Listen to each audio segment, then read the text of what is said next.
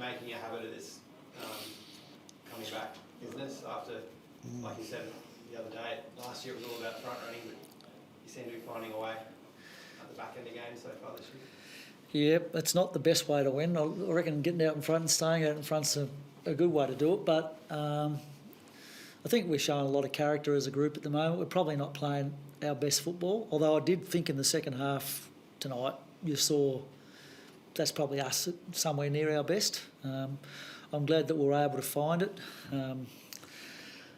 Maybe it was a little bit of my fault because I was a bit preoccupied with wet weather footy before the game, and after I said just play dry weather footy, boys, and the uncontested mark game went up, our pressure went up, and we also got better at clearance and contested ball. We were getting beaten there in the first half, and I thought their work rate was far superior to ours in the first half of the game, and then I thought it flipped on its head in the second half. Is it just as simple as saying, hey guys, like take short options, or is there something more intricate than that happening? Because in the second half, you were saying uncontested marks, they're going inside. I think they were trying to just playing a bit cautious in the conditions, and they needed to be encouraged to be brave and take the game on a bit and change angles and those sorts of things. All the things we do when we play well. So, fortunately enough, they were able to do that. Chris, did the winning the flag last year, has that given the team the sort of belief that no matter what the score is, you can win, or has it always been there? I think we had it towards the end of the year last year, but I'd like just to think it's a humble confidence that we sort of can get ourselves into a situation, but have the belief in ourselves to get out of it. So I guess that comes a little bit from winning last year, but it doesn't. You're not guaranteed that it's going to work every week, but you do have that, I guess, that inner belief that you can get there, and I think that was generated a little bit from last year. How was Lyman's ankle playing up a bit? No, well, he had a little incident just before he came off. So I don't know whether he'll be okay next week or not, to be honest, at this stage. Hopefully he is, because he's not too bad, but I think he just rolled over on it again, and he couldn't run all that well. And as it turned out, Brucey Reville came onto the ground and made a bit of a difference, so that was good too. Big difference. Yes. Like his first couple of kicks. Yeah, no, he can kick the ball. And kick the goal. It seemed to...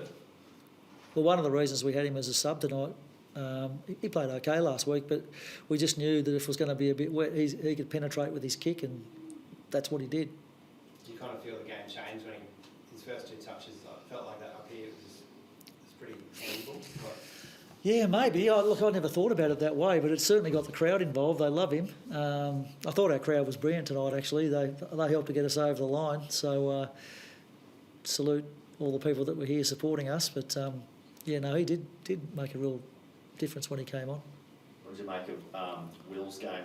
He looked like one of the guys that was noticeably better in the second half than the first. Did you feel like that? I thought that was probably Will's best game he's ever played, and that's a big call because he won the Norm Smith medal last year, but I thought he was outstanding tonight. Tough, strong in the clinches, used the ball well.